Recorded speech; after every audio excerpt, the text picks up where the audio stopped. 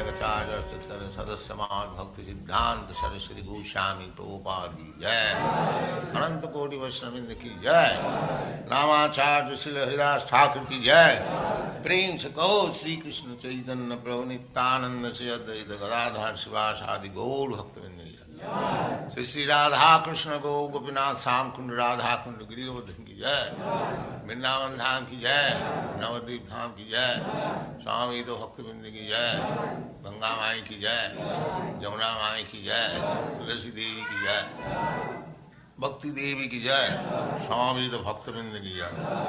All glories to the assembled Lord. All glories to the assembled Lord. Thank you very much.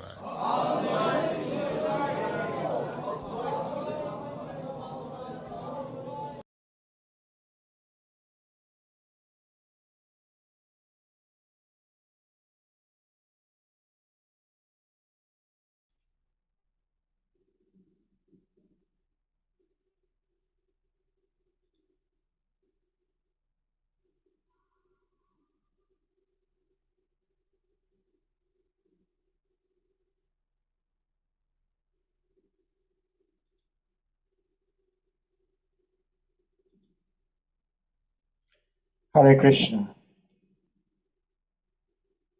Well, we thank you all for being here. I think we're still waiting for our speaker.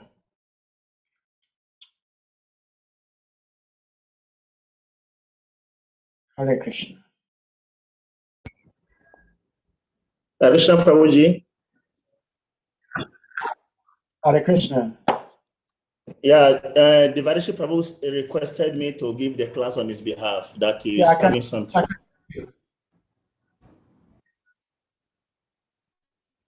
Okay. Okay. Thank you. Thank you, Hare Krishna. So, thank you for stepping in. I'm going to put the verse on the screen and then you may start. Okay, Hare Krishna. Hare Krishna.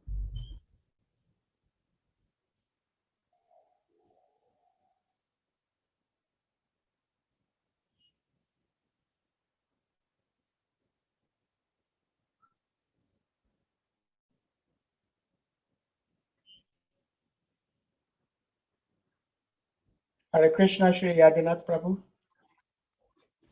Thank you. Hare Krishna. Narayanam namaskrityam naram chaiva narottamam devim saraswati vyas tapto jayamudirayat nashta prayeshwa badreshu nitai bhagavata sevaya bhagavati uttamam shloke bhaktir bhavati nashtike tadarajastamo bhava kamalo bhadayaschaye Chitaita anahinam sita satve prasidhyate. Om namo bhagavate vasudevaya. Om namo bhagavate vasudevaya. Om namo bhagavate vasudevaya. We are taking about Bhagavatam discussion from first canto of the Bhagavatam, 13th chapter, text number 20. Jena chava bipano yam pranay prayatamayapi jana sadyo viyujyeta kemutayo tanadibir.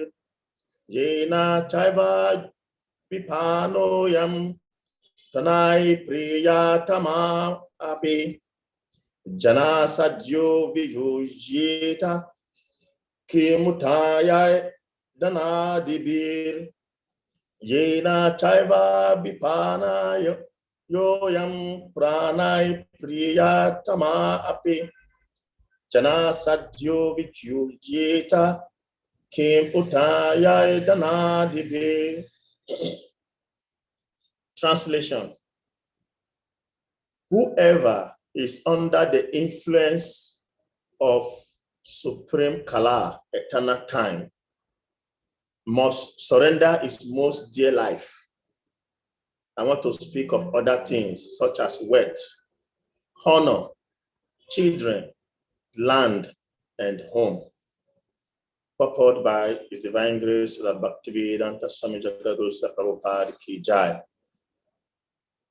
A great Indian scientist, busy in the plan-making business, was suddenly called by invisible eternal time while going to attend a very important meeting of the planning commission. And he had to surrender his life, wife, children, house, land, wealth, etc. during the political upsurge in India and its division into Pakistan and Hindustan. So many rich and influential Indians had to surrender life, property, honor, due to the influence of time. And there are hundreds and thousands of examples like that all over the world, all over the universe, which are all effects of the influence of time. Therefore, the conclusion is that there is no powerful living being within the universe who can overcome the influence of time. Many poets have written verses lamenting the influence of time. Many devastations have taken place over the universe due to the influence of time, and no one could check them by any means. Even in our daily life, so many things come and go in which we have no hand, but we have to suffer or tolerate them without remedial measures. That is the result of time. Omagyanam timirandatsya jana jana shalakaya shakshoyo militam yena tashmai shri gurave namaha srichitanyamano vistam sapitam yena muttali sayam rupa kadammayam dadanti swapadanti kam He Krishna Karuna Sindho Dinabando Jagatpati Gopisha Gopika Kanta Radha Kanta Namostute Tapta Kanchana Gorangi Radhe Vrindavaneshwari Vrishabhano Sute Devi Pranamami Hari Pri Vancha Kapataro Vyascha Kripa Sindho Vyayevacha Patitana Pavani Bhyo Vaishnavi Bhyo Namo Namaha Jaya Shri Krishna Chaitanya Prabhu Nityananda Shri Advaita Gadadara Srivasadi Gaura Bhaktavinda Hare Krishna Krishna Krishna Hare Hare Hare Rama Rama Rama Hare Hare Hare Krishna Krishna Krishna Hare Hare Hare Rama Rama Rama Hare Hare Hare Krishna Krishna Krishna Hare Hare Hare Rama Rama Rama Hare Hare Grantaraj Bhagavatam Ki Jai Vaishnava Ki Jai.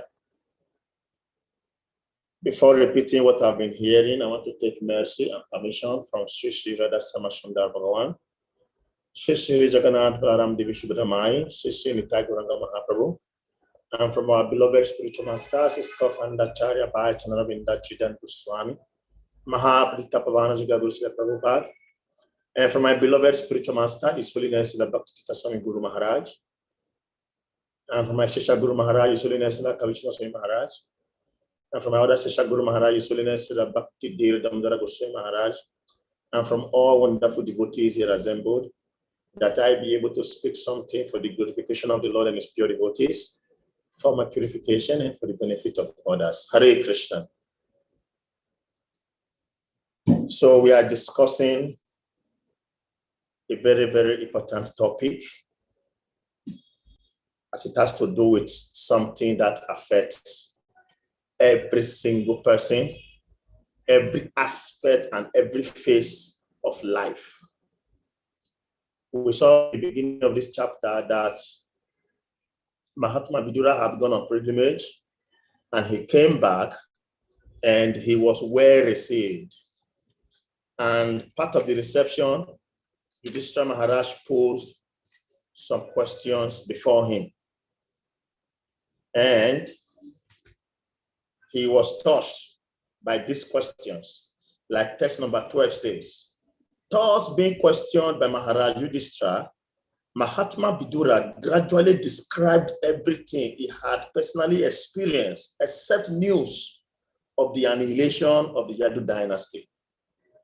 So Mahatma Vidura already got the news that the Yadu dynasty was going to be annihilated, but it was difficult for him to say, and therefore you have to look for the best way to put it.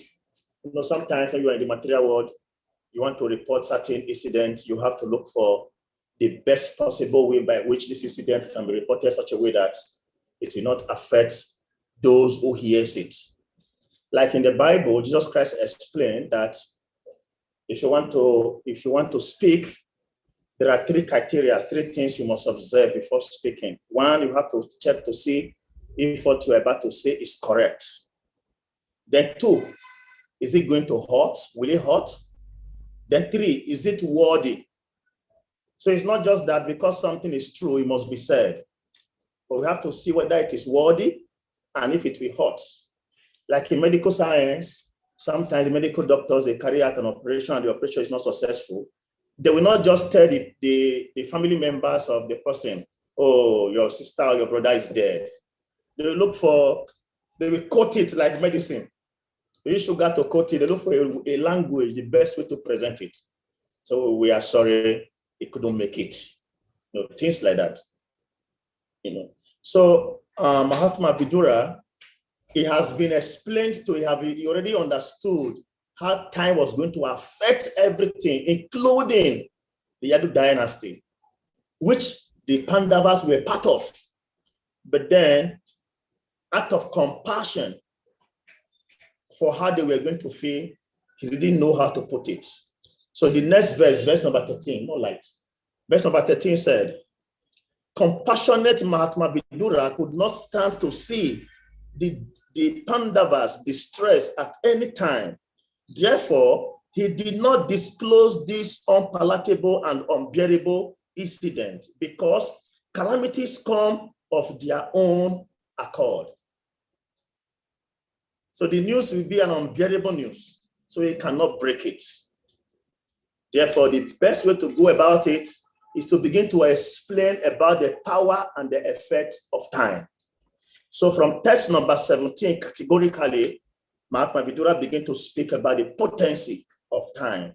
And in text number 17, he mentioned, insurmountable eternal time imperceptibly overcomes those who are too much attached to family affairs and are always engrossed in their thoughts.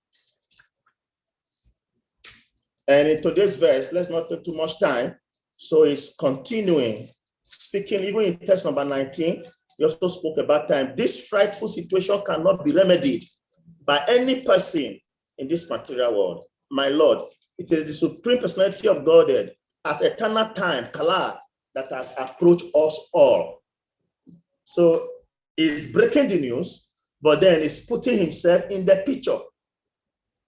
So the effect of time, the power of time has now affected us all. So we are all involved.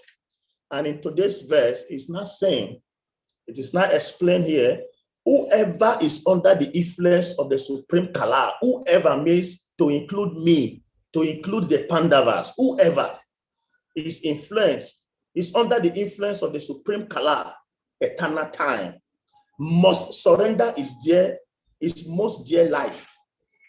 And what to speak of other things, such as wealth, honor, children, land, and home. In the Bhagavad Gita chapter 13, text number 12 to 13, Lord Krishna explained what is knowledge.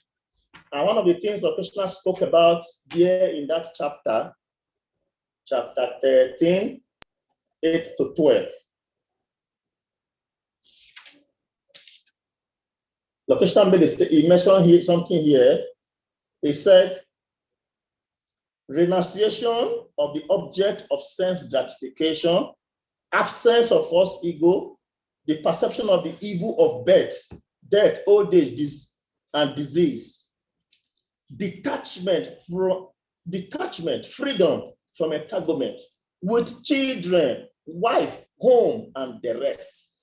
And here, So for a devotee who is in knowledge, is already detached from family, children, home, community, and all the rest. And the last phase of this verse, Lord Krishna said, all this I declare to be knowledge, and beside this, whatever there may be is ignorance.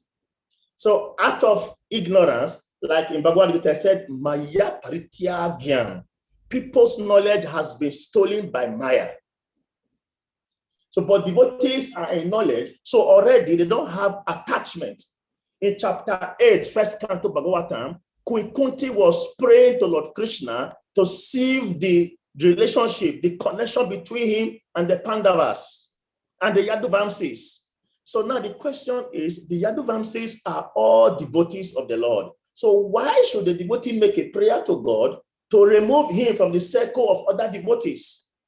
And the explanation was that Kunti is not speaking about devotee. He's speaking about bodily attachment, bodily connection, body relation. The Yaduvamsis, the Pandavas, they are children to Queen Kunti. And because she was attached to them, she had maternal affection for them. So at every step, whatever happens to them, she feels the pain. And when we become so attached to anything, to anybody, when death comes, it becomes more painful because we have so many things we think we want to live for. In the material world, they say if you don't have something worth living for, you don't have something dying for. So we are thinking that, okay, my children are there, this is there, that is there. It's just like in the story of Tukaram. Tukaram was very renounced. Tukaram had a wife and 2 kids. Tukaram was a pauper. He had no money. He was a poor man, but he was fully devoted to Lord Krishna. He was engaged in Anayam Bhakti, unalloyed devotional service to the Lord. And at a time, the wife became so angry with him for giving all his time and attention to the Lord. And the Lord Krishna also reciprocated to the wife. The wife will cook, and then she will take the food to the husband, where the husband is making poetry for the Lord. And on her way going, one time she was pricked by the sole of her foot by a thorn. And she was confused, she was feeling the pain, and a small boy from nowhere appeared. And the small boy helped her to remove the thorn from the sole of her foot. And after that was done, she now appreciated the boy, said, oh, my dear son, don't mind me. I even forget to ask, who are you, Seth? Nigerian man will say, who you be? Say, who are you? He said, my name is Gopal. Oh, she became very, very angry. How dare you? You took my husband away from me. Now you are coming to the jungle to attack me. You know, several occasions. And even from that past time, Lord Krishna got the name Vital because his friend was disturbing him. Let's go, let's go. And he gave his friend a stone. Sit down, wait for me, I'm coming. It's a long story, but the part that concerns us. So eventually, when Tukaram was going to leave this material world, a bird, a celestial bird, was sent from Goloka Vrindavan to come carry him with his physical human body to the spiritual world. Then he invited the wife, Devi, it is time, let's go. The woman said, no, I'm not ready to go because my cow is pregnant. Attachment. Now, the attachment is not just to children. The attachment is not just to wealth, money, but even to pets, even to animals. Because of that, she was not willing. So our scripture explained that the more we are attached to material things, the more pain we are going to feel at the time of death, because you are being forced to be separated from your object of love. And in this way, you feel so much pain. And somehow or the other, this material world, every single person is trying to skyrocket the amount of the kind of things he gives out and try to amass so much for himself. And because of it, there's so much bodily attraction, bodily attachment, and therefore nobody wants to leave the body. But then we are made to understand that time is a subduer. In Bhagavad Gita, Krishna uses the word, time is a subduer. And Prabhupada said that of all killers, time is the highest killer. Whatever has come to be today, that thing is in existence because the time factor is keeping it. And whatever is into extinction, it has gone into extinction because time has acted on it. Therefore, Srila Prabhupada will always use a statement, in due course of time, so and so will happen. In due course of time. That means time is the controller, not we. We don't control anything. Time is the controller. As human being, the most valuable thing that we have gotten as human being, embodied in this cage, material body, is the body. And it's explained that this human body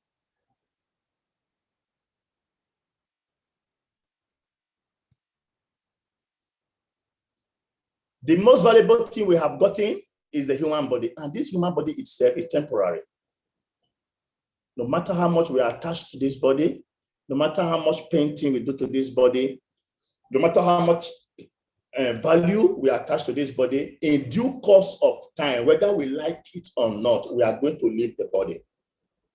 We have read that in Kali Yuga, human being, the duration of life is 100 years. So some people are anticipating, they are hoping that they will live for 100 years. But then there is even no assurance that one will live for 100 years. One time I was speaking with His Holiness Bhakti Diri Damodara Goswami Maharaj. So he told me that one day he was discussing with His Holiness Bhakti Tita Swami Maharaj, and Guru Maharaj looked at him and told him, don't think you have all the time. Don't think you will live for 100 years. Time can catch up with you at any time. And when it comes to astrological analysis, astrological prediction, it was predicted that in the year 2013, His Holiness Bhakti Tita Swami Maharaj will become a home figure, which means anywhere you are in your house, you'll be watching him on TV. But before 2013, he left the world. So sometimes astrology may say you are going to live for 1 million years, you are going to live for this number of years. But then astrology is not the supreme controller.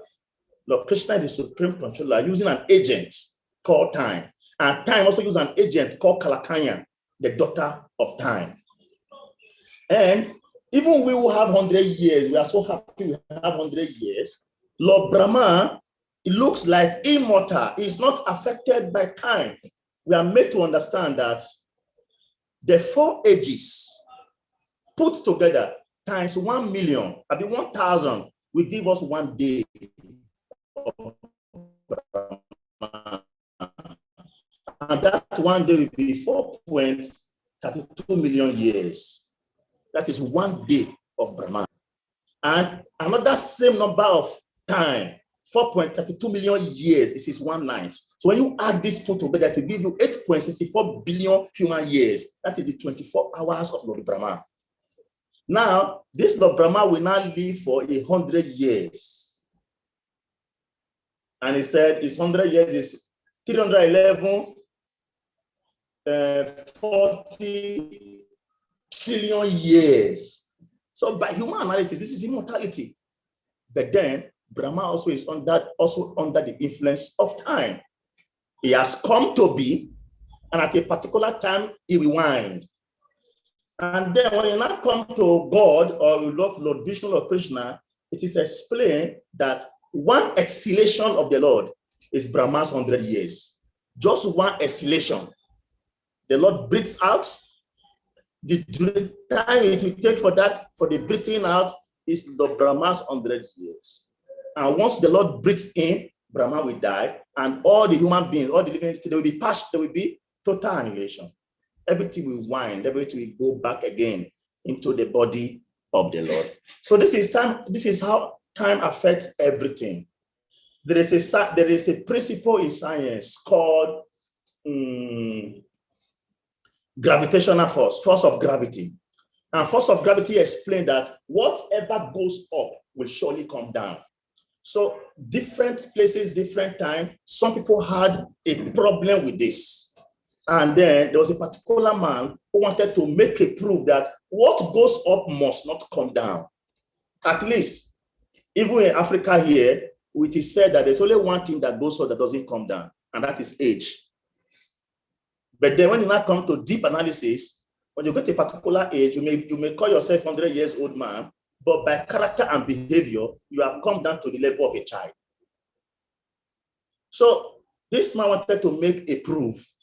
Then he built a very strong tower. And he said, this tower cannot be touched by the force of time. This tower will remain forever.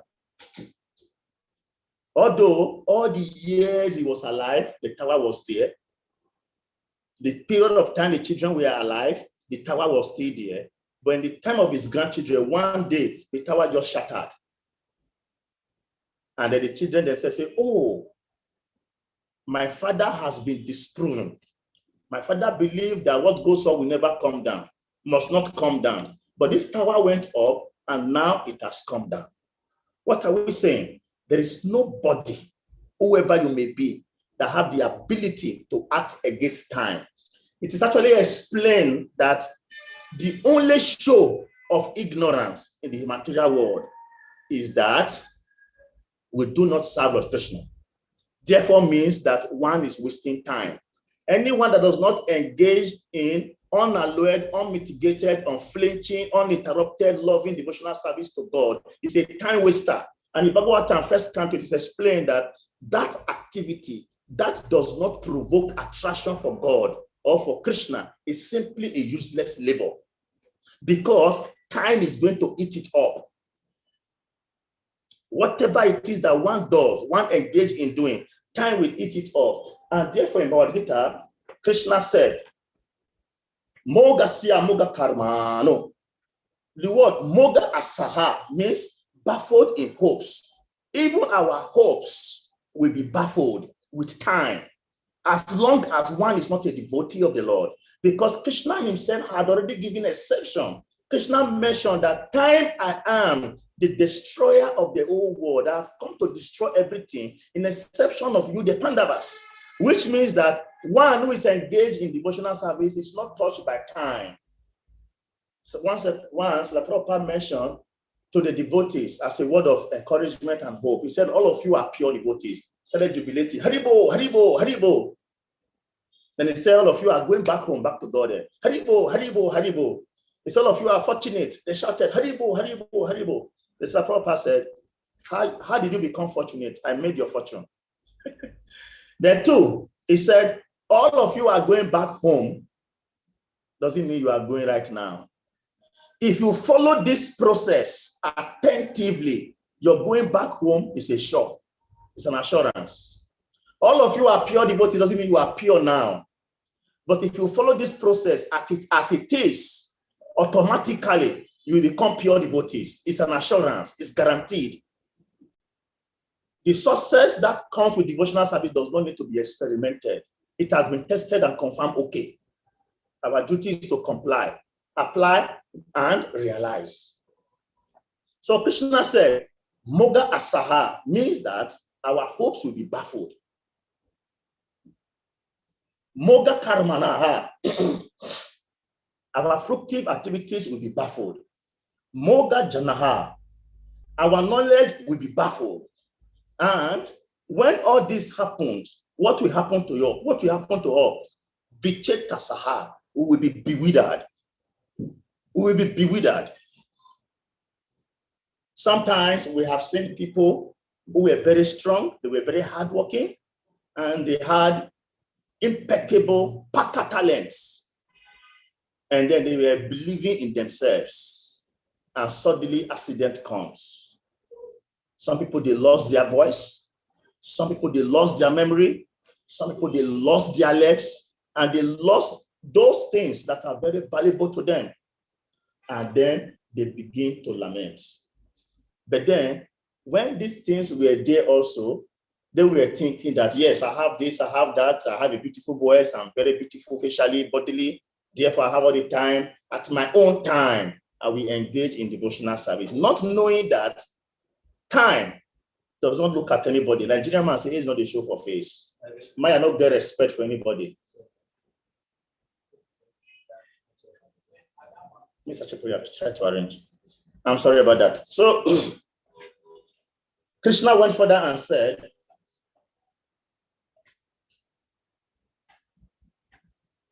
persons who are demonic in character, Raksasim Ashurim Chaiva, Prakritim Mohinam Ashritaha.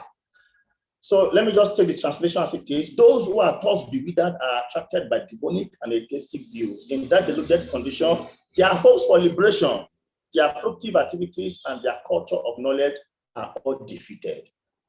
As long as we continue to live what we call normal life, there is a problem. His Holiness Srila Bhakti Swami Maharaj said that we should avoid the danger of being normal, because those who are normal are living in an insane world. The world is crazy. A Nigerian musician sang a song and he said, "Me adokolo make na o mi yo." That is pidgin language, local language, but grammatically means that I have lost my memory. I am mad right now. So the material world, every single person is mad. In this madness, we are not realizing that time is consuming everything that we have. And of course, eventually, when we're about to die, we are forced out of the body. Nobody wants to die. But one is for because Chako, our special Mitunya Agar, we are shackled by chain. As the Prabhupada explained, the power of the modes. There's a rope called twine rope. So if you look at twine rope very well, it looks like 3 ropes, it are twined together. When you lose this 3 rope, take one of it, you see that it look again like 3 ropes is twined together. When you not take out of that 3, take one again, lose it, you see that there's plenty ropes in it.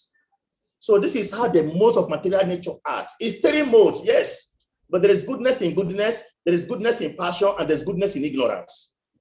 There is passion in goodness, there is passion in passion, and there's passion in ignorance. This is how strong the rope ties us. Therefore, it is explained that one who is bounded cannot unbound himself. That is the reason why we have to take advantage or take shelter of the spiritual master, a bona fide spiritual master, who is in the order of the Paraparam system. And Krishna also explained in Bhagavad Gita that anyone who does not surrender unto me, anyone who does not surrender unto me, he will experience, first, is a foolish person. Foolish in the sense that his intelligence, his memory has been stolen by Maya. And in that way, have surrendered himself to Maya. And then he will maintain a theistic and demonic nature. And in this way, when time is passing, we don't know. It's not knowing. We see today psychological analysis, by psychological analysis, it's explained that every dying man have 5 regrets. Every dying man, maybe apart from devotees. One of the regrets was, if I knew that I will leave this short, I would have. Some will say, oh, I would have enjoyed my life to the fullest. Some will say, oh, I would have used my life to serve God. Some will say, oh, I would have cultivated enough knowledge, or I would have done this. But sometimes it is said that it is too late to cry when the head is off. But it's at the regret of dying people. They are thinking that they have the time. So let me do as I can do. And of course, at the end, they realize that they don't have the time, and they start to lament. There was one Brahmana, his father was a businessman. And his father, being a businessman, he was also very materialistic. And he was very, very disturbed about the condition of his father, because it is explained that it is the duty of the son to liberate his father. This is by Vedic analysis. It is the duty of the son to liberate the father. And when the father is still living, it is the duty of the son to add to the name and to the glory of his father. Any son who is not able to do that, that son has been born useless. So this son, being that he's a devotee, he was constantly thinking of what he can do to help his father. So one day he approached a sadhu and he said to this sadhu, you are a very pure devotee of Lord Krishna, and devotees are Chintamani. So I will need you to please help me to remove the materialism in my father's heart. The devotee said, okay, that's all right.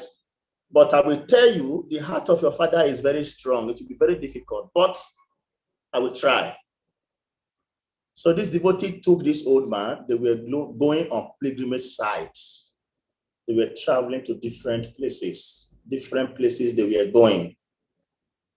This man is already old, which means he should know that he was going to die soon.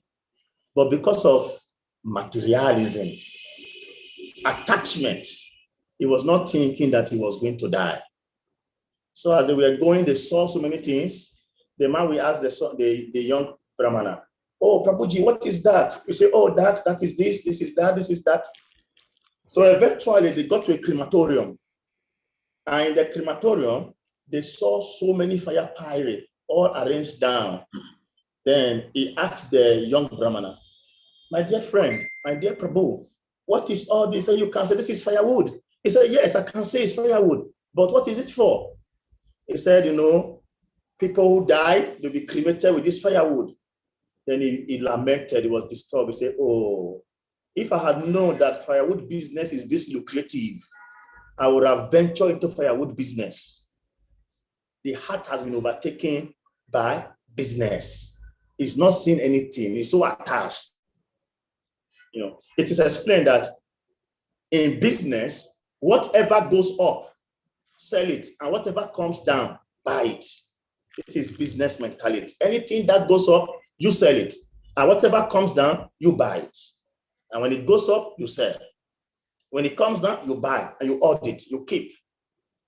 In this way, people are engrossed in this business.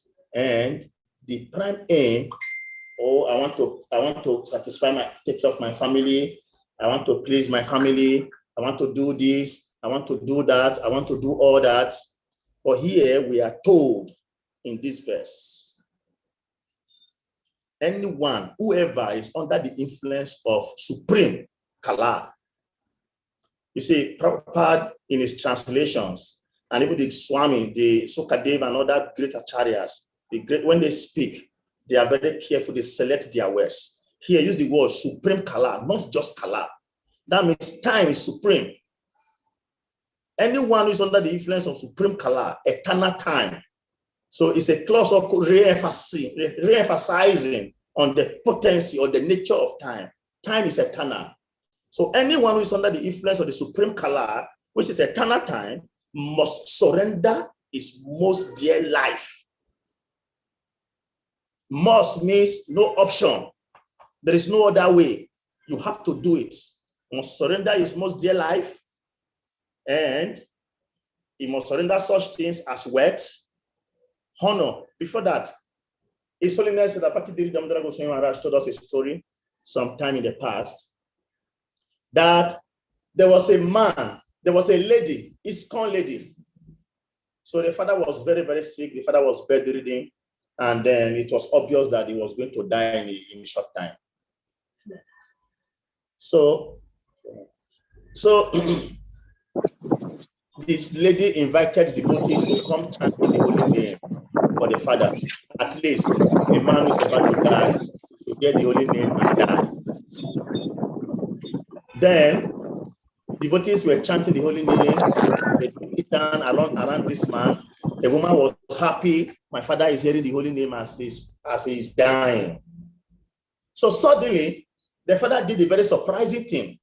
The father called the daughter and said, "Go into my wardrobe. There's a briefcase. Go and bring it." So the briefcase was brought to the father by the daughter, who is a devotee, who brought other devotees to come chant the holy name for her father. So as the briefcase was brought for the father opened the briefcase. He looked at all the money in the briefcase, touched the money, rearranged the money, covered back the briefcase, and made a pillow out of it. He laid his head on the briefcase and died. So he was so attached to the money in his mind. I wish I can just go with this money. But the verse is telling us that we must give up our wealth. It's by force. You like it or not, you have to give it up. In this, and the next word here says we must give up our honor. Today, people are very crazy after titles. You will say a person who is not honorable. Once he joins politics, a title is added to his name, honorable. Somebody who has never fought for peace in his life, because he has made some money, he will go and buy the title, Justice of the Peace. If you call a professor by his name and you do not attach that, is it preface? You do not attach that preface, prof. It's like you have committed an offense. Or you are speaking, you call a soldier by his name. You do not attach his rank, maybe like lieutenant, so and so, or captain, so and so. It's a capital offense. People are so attached to their titles, to whatever they call their honor. But no matter how much you are attached to these titles, no matter how much we are attached to these honors, at the end of the day, we will be forced to give them up. I like it, I don't like it, you will give it up. Every single man, all householders are working very hard not to feed their belly. Sometimes some of our parents, they don't have more than 2 pairs of dhotis. Or those who are wearing trousers, they don't have more than 2 pairs of clothes. But they are working so hard day and night to provide for the family, to provide for the children. There was a Chinese story of a man. They used the word, he was a janitor. He works he does a very, what will I call it? Casual work. He cleans the street and does all those kind of casual work. But because he wants to protect the dignity of his daughter, when the daughter asked him, Daddy, please, I was asked today of my father's occupation. What is your father's occupation? He said, tell them my father is working in an office. Meanwhile, he was in the street. He passed garbage, carried so many dirty things and other things to make little money. Then when he closed in the evening, he will look for water. He will look for water in the street, bathe with this water, wear something that looks decent, and comes home. Just so that the daughter can continue to raise up her head in the midst of her peers. He had to undergo all such tribulations. And I have seen a man who was slapped in the public, in the presence of his child, by somebody ordinarily who would be considered lower than him. But for one or two reasons, he bears it because he's hustling for the children. But this verse is telling us that time will force us to give up that attachment. Time, one of the most valuable assets in human existence today, or especially in Nigeria, is land. Because every day land keeps appreciating. Even countries, society, nations, one of the highest cause of problem is borders. Every king wants to expand his borders. And if I'm trying to expand my border, you are a problem to my expanding my border, then we go to war. But at the end of the day, the king himself is forced to give up the throne. He's forced to abandon the land. All those people fighting for land, doing so many things, whatever they are doing, time will force us at a particular time to give up these things. Is it home? We do so many things to create a home, but time will force us to give up our home. So in a very simple language, one has to consciously engage in devotional service, because all that we may do, we may struggle very hard to do. We are going to give all of them all up by force. But then our sukriti, our punya, devotional credit is the only thing that will go with us. Therefore, if we are not trying to engage seriously in devotional service, which begins with chanting and hearing, then it's simply a waste of time. And because we are wasting time, we have to suffer. So one of the main cause of suffering is because we waste time. And Bhagavatam explained that activity that does not provoke attraction for Krishna is a useless labor. So you waste time, you pay for it. Because it's mentioned that nothing should be wasted. Whatever you waste is Krishna's energy, and you have to answer. So we are wasting time, we are wasting Krishna's energy, and we are going to answer. And of course, whether we know it or not, at the end of the day, we will be forced to give up all that we waste our time in trying to get. We'll be forced to give them up. But when a person is trying to engage seriously in bhakti yoga and devotional service, the pious credit that you will amass for yourself, you can't give them up. They will go with you. That's the reason why the Prabhupada will always emphasize that we should take this Krishna consciousness very seriously. So in the later part of this purpose, the Prabhupada said Many poets have written verses lamenting the influence of time. Many devastations have taken place over the universe due to the influence of time, and no one could check them by any means. Scientists may do so many things to try to check certain things from happening, but in course of time, these things will repeat themselves. We are hearing about earthquakes, we are hearing about tsunami, tornado, Haiti, and different things happening. It may happen in a particular country to this time, and thereafter it may happen in another country. But nobody have the ability to stop these things from happening. At stipulated time, they happens. And even sometimes science, they have a means to calculate, okay, this part of the world has become weak and there could be earthquake at any time. But there's nothing they can do about it.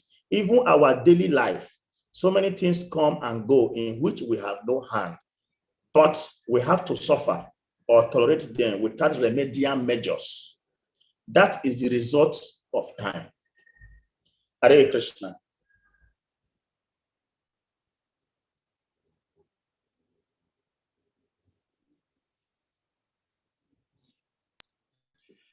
Hare Krishna, thank you so much, Yadunath Prabhu. Thank you for stepping in. I don't know how long ago you were told to step in, but thank you for doing that. At this point, we ask the devotees if you have a question, comment. Well, I don't know. Yadunath Prabhu hasn't asked for comments, but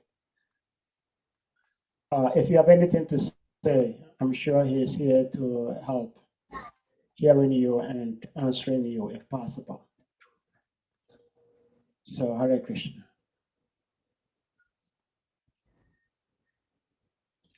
Yes, if there is no question, we have so many senior devotees in the house, so they can contribute to the verse. Seems your yes. Video is frozen a little bit. I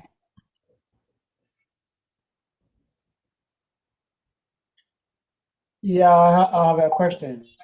Shri Adnath, I'm sure you're still there. Yes, Prabhuji, I'm here. Can you hear me? Yes, Prabhuji, I can hear you. Oh, okay. So my question is, you talked about, all right, yeah, thank you. You talked about Mother Kunti, who was praying to Krishna for Krishna to sever her attachment to the Pandavas. And so you were saying that why would Mother Kunti pray to Krishna for him to sever her attachment to the Pandavas when the Pandavas are devotees? And you beautifully explained that she was praying like that because she wasn't relating to them as devotees, but as relatives, because she was the mother of the Pandavas. So my question is, what do we do as aspiring devotees with our parents? If our parents are not devotees, what do we do? Do we just ignore them? Or there are some things we can do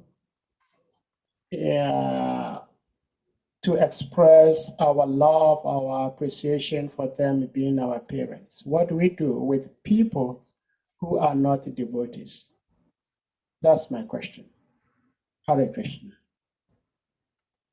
Hare Krishna.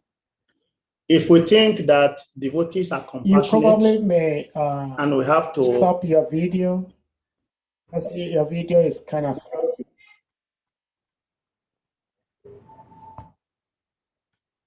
Okay.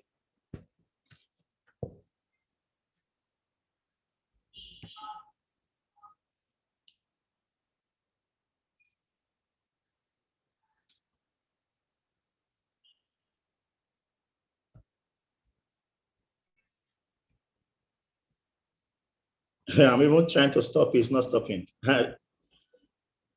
Okay. Hare Krishna. I hope you got my question. Yes, Prabhuji, yes. It stopped now. Yeah. Okay. So devotees are said to be very, Hare Krishna. Devotees are said to be very compassionate. If we are truly compassionate, then even non-devotees need our compassion the more.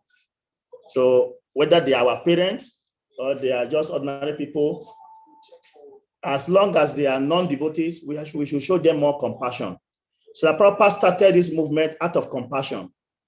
And the people he started, they were not devotees, we were not all devotees, but out of his compassion today, we are having this movement, we are enjoying. So we should show some deep compassion for people around us who are not devotees. And anybody who have received some amount of love, we definitely have a good change of heart. It is explained that many devotees who joined Srila Prabhupada in the beginning, one of the reasons they give their trust, their life to Srila Prabhupada was that Prabhupada treated them like his biological children. So they had all faith and all hope in him. And of course, also Prabhupada also explained somewhere that when we are relating with non-devotees, we should do so as far as much as is necessary. Our body may be doing what we do, but at heart, we should be completely detached. In our heart, we should be detached, but our body, we have to do the necessary things, but in our heart, the detachment should be there. So not because somebody is not a devotee, then we say to hell. I was with Chaitanya Charan Prabhu 2009 in India. We went to one school in Kharagpur. So he was teaching, he was in a seminar. Somebody stood up and said that they are having problem with their parents. Since they became devotees, they are having problem with their parents. So what to do? So Chaitanya Charan Prabhu said, yes, you are having problems with your parents because since you became devotees, you are not thinking that you are a superhuman being. So you are not treating your parents as, oh, these are mundane people. These are gross materialists. So you are not showing them any reason why they should love Krishna consciousness. No compassion, no relationship. So as a child, you just return from school and your mother or your father said, okay, my son, take this money, go to so and so place, run this errand for me. You say, oh no, daddy, I'm sorry. I don't do mundane activities. How will your parents feel about that? So he said, Krishna consciousness doesn't mean that we should become stone-hearted. Krishna consciousness means that we become more soft-hearted. And whoever come in contact with us, because of our soft-heartedness, they become attracted to Krishna consciousness. Just for example, Prataparudra Maharaj was a king. He met Sri Chaitanya Mahaprabhu only once, and he was ready to give up his kingdom. Rupa and Sanatana, they were top government officials. They met Sri Chaitanya Mahaprabhu once, and then Rupa was able to run away immediately, gave up everything and follow Mahaprabhu. But Sanatana Goswami, it was very difficult for him, but he had to commit what looked like crime before the government. He stopped going to work, giving flimsy excuse that he's not feeling fine, he's sick. But then he did all that because he has been conquered. His Holiness Srila Radhana Swami Maharaj used the word, he has been conquered by the power of love. So devotees should be very loving, and our love should have no limits. Lord Krishna explained Bhagavad Gita that a devotee sees with equal vision. He doesn't see difference between a dog eater or a brahmana or shudra or something like that.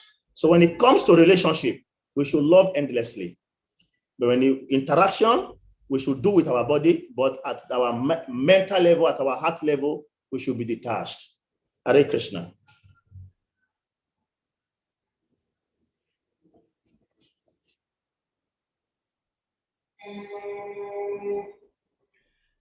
Hare Krishna. Thank you. Thank you for the answer. I'm very satisfied with the answer because when some of us joined devotional service in our early days, some of our senior devotees didn't have, excuse me to say, very good understanding of certain things. And so some of us were told you didn't have to care for your parents as long as they are not devotees. But that is not the case. So thank you for the explanation. If anyone else has anything to say, please do that. Leela Devi, please unmute. Hare Krishna. Hare Krishna. I wanted to thank Yadunath Prabhu for his beautiful answer. Yeah, please go ahead. Can you hear me? Can you hear me? Yes, can you hear me? Yes, I can hear you. Okay, thank you. I wanted to thank Yadunath Prabhu for his answer. It was really We beautiful. can hear you. It's kind of blurry. But Okay, yeah. is this better?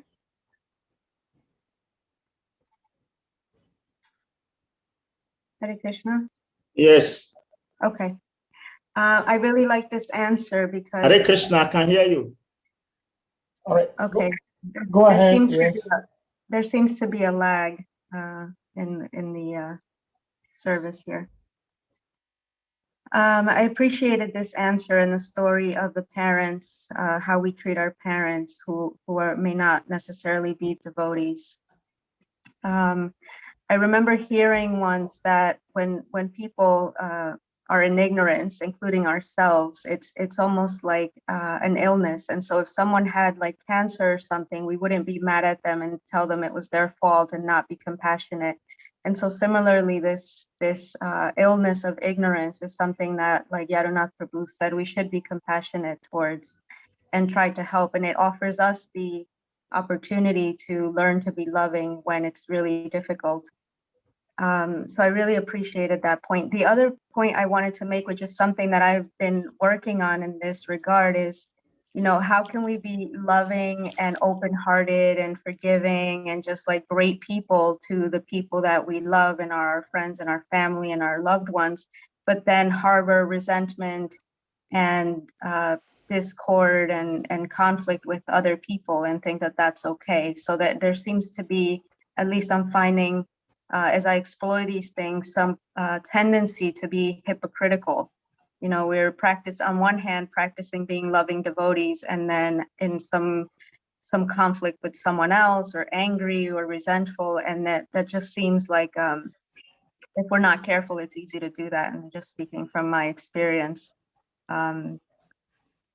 yeah. So it just reminded me of a purport that Srila Prabhupada talks about.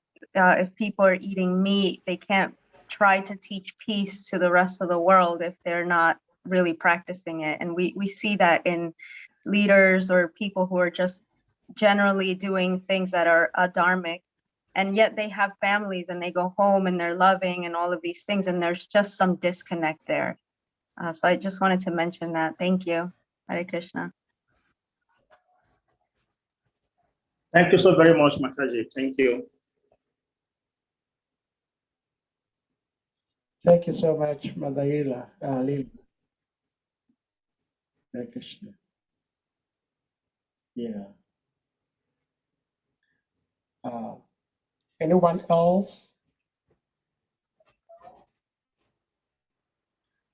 I did not know about Africa and your time in regards to today's date, but here in the States, today is the appearance day of Srila Bhaktisiddhanta Saraswati Prabhupada Maharaj. So I don't know if today happens to be the day for you two in Africa, is it? Yes, sure. Yadunath Prabhu. Is today Yes, Prabhuji. Bhaktisiddhanta's appearance day? Oh, okay. Yes, it is. So in that regards, okay, thank you. So in that regards, if nobody has any more question or comments, then maybe we can share a little bit of Srila Bhaktisiddhanta's katha before we bring the class to a close. What do you think? Yadunath Prabhu, would you like to share something about His Divine Grace? Ganga Prasad, Prabhu, would you like to share something about Bhaktisiddhanta? If Varaha Prabhu is here, Leela, Kavikanapur Prabhu, anybody who wants to share something about His Divine Grace Bhaktisiddhanta Saraswati Thakur Prabhupada, that would be nice. Today is his appearance day. Without him, none of us would be here.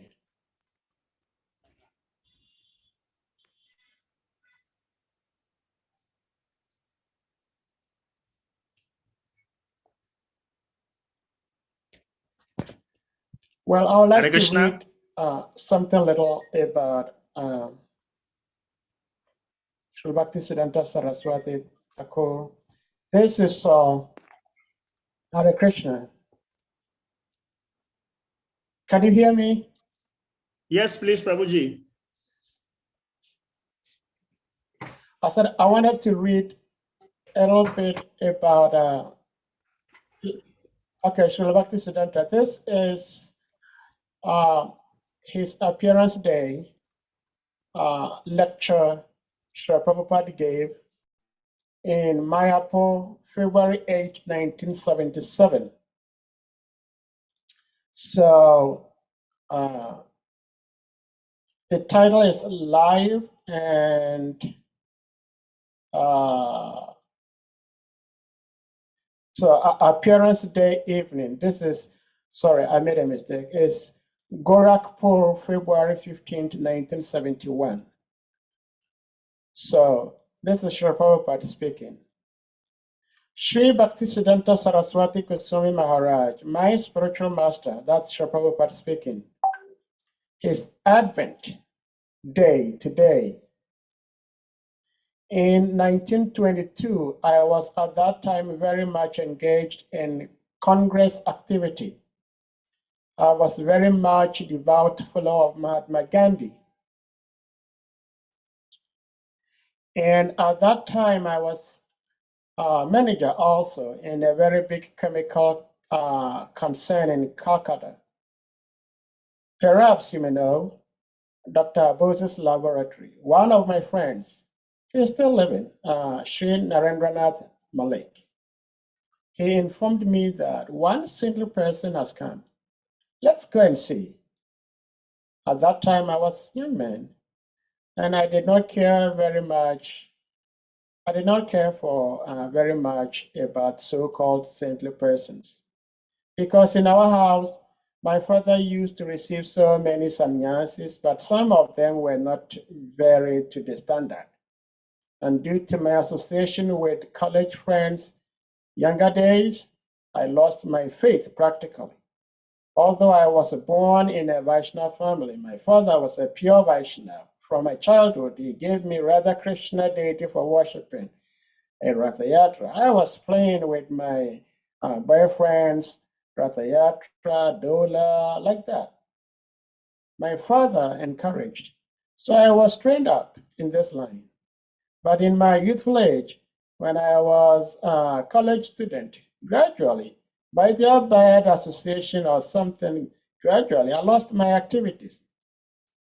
But when this friend, Mr. Malik, took me to Bhaktisiddhanta Saraswati Goswami Maharaj, he immediately asked me that, you are educated young boys. Why don't you take up Lord Chaitanya's message and preach in the Western world? In the very first sight, he taught me. At that time, I argued with him that we are a dependent nation, and who is going to hear about our message? So he defeated my argument. Aside, there is no necessity of closing. Yes, he defeated my argument. He was a learned scholar. What I was still a boy. So I agreed. So Sri Prabhupada chuckles that I was defeated. So after finishing our visit with Bhaktisiddhanta Saraswati, I got some impression that here is a person who has taken Lord Chaitanya's message very seriously. Now it will be preached. My friend asked my opinion. That, what is your opinion? So I gave this opinion that here is a person who has taken Lord Chaitanya's movement very seriously, and now it will be preached. Hare Krishna. I'll end here. And one solace I think we can take from this is that we all know Srila Prabhupada is a Nitya Siddha. He's a pure devotee. He didn't have to practice sadhana to become a pure devotee. He already was. But as we heard from him speaking, it appeared that he wasn't practicing his devotional service as he had been brought up via the teachings and training of his father, who is a pure devotee. So one may say that Srila Prabhupada forgot Krishna at some point, but that is not the case. Srila Prabhupada himself says several times and many times that there was never a moment that he ever forgot Krishna. So externally, we may not see a devotee do something in terms of sadhana, but we do not know internally what's going on. Just like Yadunat Prabhu was saying, one may be engaged externally, and his engagement may appear to be attachment to family members. But we never know what's going on within. Because the Prabhupada says, especially for grihastas, we should work externally as if we are very much attached, but internally very much detached. And so we should be very, very slow to passing judgment, if ever at all. We don't have to pass judgment, but even if we have to, we should be very slow because we don't really and truly understand devotees and their relationships with Krishna. So if anyone else has anything to say about His Divine Grace, Srila Bhaktisiddhanta, one may do that. Ganga Prasad Prabhu, please, thank you. Let's see. Please unmute and go ahead. Hare Krishna. Can you hear me? Hare Krishna. Hare Krishna Prabhu. Can you hear me now? Krishna Prabhuji, we can hear you. All right. Please accept my humble obeisances. All Hare glories to Krishna. Guru and Goranga. All glories to Srila Prabhupada. Yes. Thank you for creating a forum for us to share our appreciation of Bhaktisiddhanta Saraswati Thakur. I have a very big fascination for the attitude and pattern with which Bhaktisiddhanta Saraswati Thakur obeyed Bhaktivinoda Thakur, his father. Because Bhaktivinoda Thakur had prayed for a ray of Vishnu to assist in moving forward the mission of Chaitanya Mahaprabhu. And so he got Bhaktisiddhanta and was desirous that he follow the process to be able to establish him in holistic Krishna consciousness. So he instructed him he must go and take initiation.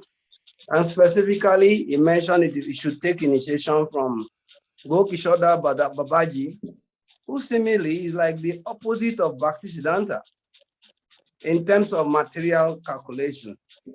Gokishoda Babaji is not materially lettered, but Bhaktisiddhanta Saraswati is an astute scholar. But in obedience to the father, he went to Gokishoda Babaji repeatedly, and Gokishoda will turn him down that he doesn't want a disciple. And when he gets home, the father will tell him what happened, what transpired. And he will tell him that Babaji does not want him as disciple. So one day, Bhaktivinoda Thakur told him, don't come back here unless you are initiated by Gokito Das Babaji. So Bhaktisiddhanta was in a big confusion or melancholy. So when he got to Babaji, Babaji told him the same thing, that he should get out of here. He made bold to tell Babaji, my daddy does not want me at home. You do not want me as your disciple. And I'm left with no option that if I leave here now, I'll just go drown myself in the Ganges. That is resolute. And Babaji said, since you are ready to die, that is a qualification to be a disciple, so I will accept you. So I'm very, very fascinated by that. And I think there's a lot to learn from it. If really we want to take to Krishna consciousness and want to practice it, we should be ready to die to execute the mission of our spiritual guides and the mission of Chaitanya Mahaprabhu. Srila Bhaktisiddhanta Saraswati Thakur Prabhupada ki.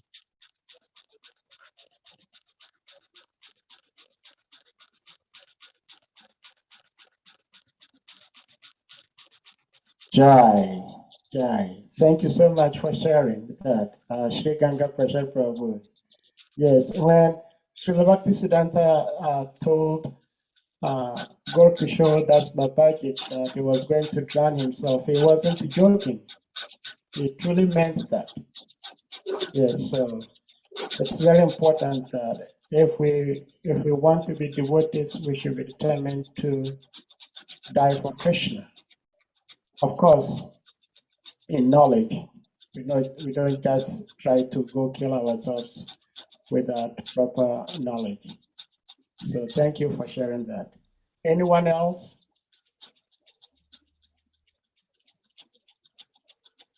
Anybody can just unmute and speak. It doesn't have to be any particular devotee. If you moved to saying something to honor His divine grace, please go ahead. Hare Krishna Prabhu. Hare Krishna Prabhuji.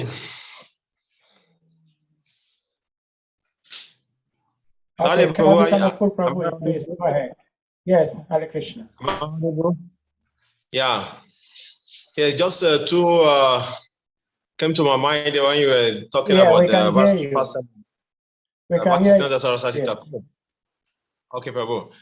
Two is small. One is the determination of Bhaktisiddhanta Saraswati Thakur, and also is his greatness of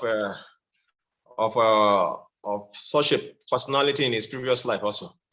So when he was a small kid, his father bought a mango, and he took the mango without offering, and his father chastised him lightly.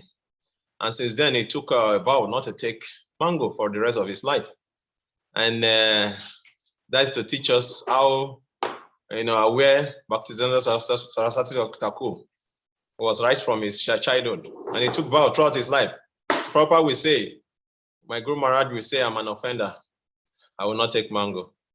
A very wonderful determination. That shows what kind of determination we need for us to be a pure devotee of Krishna. And there's another pastime of when one of his brother was leaving the world. One devotee narrated this pastime in Mayapur. I've forgotten where he got it from, but he mentioned it. That when one of the brother was leaving, because Bhakti Thakur has, is he about 13 children? I think 12. Correct me if I'm wrong. 12, yeah. So what happened was when one of the brother was about to leave his body, he left his body on the lap of Bhaktisiddhanta Saraswati Thakur. And it was mentioned that he was looking at his face. And he said that in my past life, I offended you. That is why I have to come back. So that you can forgive me of my aparad, so that I can go back to the spiritual world. Say, please forgive me. Can I go now? And Bhaktisiddhanta Saraswati Thakur said, no, you have not offended me. You have not offended me. Like the way devotees will behave to each other. And he said, please forgive me. Just forgive me. And so that I can go because of that, I've come back again. And Bhaktisiddhanta Saraswati Thakur said, you are forgiven. You know, I'm not taking an offense. So you can see how, even no matter how high we are in spiritual practice, I'm very sure that pure devotee, must have been very high devotee in his past life to come in the house of Bhaktivinoda Thakur, just like Bhaktisiddhanta Saraswati himself. So just to come and beg for forgiveness from Bhaktisiddhanta Saraswati Thakur, so that he can go back to his spiritual world. So these two pastimes just come to my mind and say, let me use it to glorify how great and wonderful such a Vaishnava Bhaktisiddhanta Saraswati Thakur is. And today, I think devotees in Calcutta, they are inaugurating the place, celebrating, yes, I think they renovated the place where Bhaktisiddhanta Saraswati Thakur gave the instruction to Prabhupada to preach all over the world. And that place is becoming a place of pilgrimage now. So such a great Vaishnava. We are very happy to observe fasting today and to be given the opportunity to talk about him, get his mercy. The Bhaktisiddhanta Saraswati Thakur, Jai.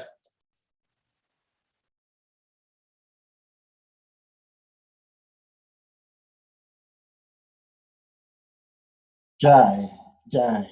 Thank you for sharing that, His Grace Kavikanapur Prabhu. Thank you so much. I just recalled one incident also. You know, Sri Prabhupada has warned and advised us seriously not to imitate, because these pure devotees, their activities are out of this world that we cannot just imitate. We just have to try to follow. It is said that Sri Bhaktisiddhanta, when he was a student, he didn't like going to school. Because when he went to school, they were not teaching about Lord Chaitanya. So he didn't like it. So he didn't like going to school, but he had to go to school because now Sri Bhaktivinoda is an educated man. He likes his kids to go to school. So Sri Bhaktisiddhanta Thakur Prabhupada will be sitting in the classroom, but will pay no attention to whatever the teacher was teaching. And so his teachers didn't like him.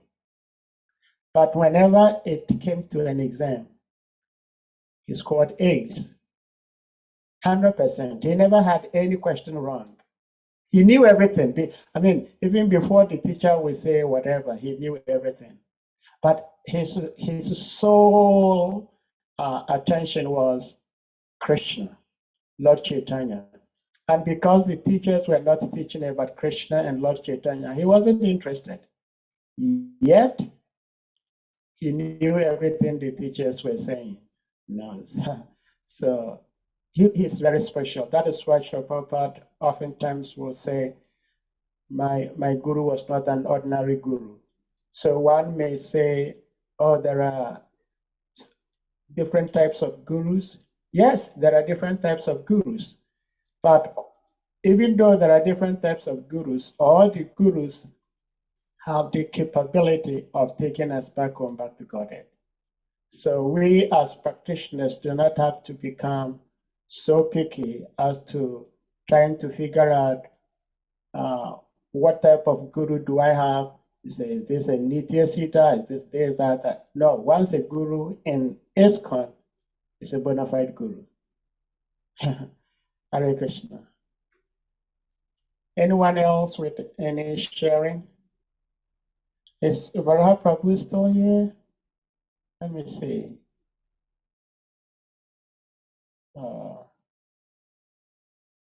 Yeah, Varaha Prabhu is still here. Prabhuji, if you have something to share, which I believe you do, please share with us.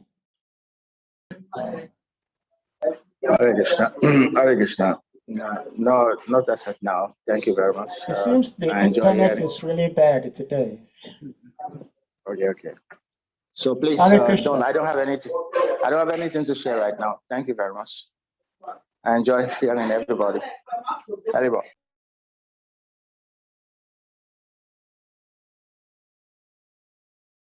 Oh, Hare Krishna. Hare Krishna, thank you. Prema Samputa, you have something to share? Madhav Raj Tarini, do you have something to share? Narayani? No, thank you, Prabhu. I don't have much. I think Gayatri. Is Gayatri here? Oh, Gayatri, no see. Kapila. Okay, Prima St. Peter says he has nothing. Okay.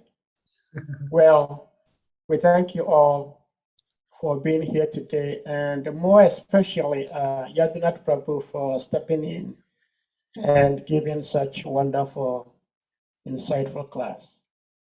We thank you. So without further ado, I think we'll bring the class to a close by chanting Hare Krishna Mahamantra to express our appreciation to all the devotees and especially to our speaker, His Grace Yadinath Prabhu. Please unmute yourselves and then we chant Hare Krishna. Hare Krishna, Hare Hare Krishna, Krishna, Hare Krishna Krishna, Krishna, Hare Hare Hare, Hare, Hare Rama, Hare Hare Rama, Rama Rama, Rama, Hare Hare. Rama, Rama, Hare. Thank you so much. All glories to His Grace Yadinath Prabhu Ki Jai, and all glories to all devotees. Hare Krishna. Hare Krishna.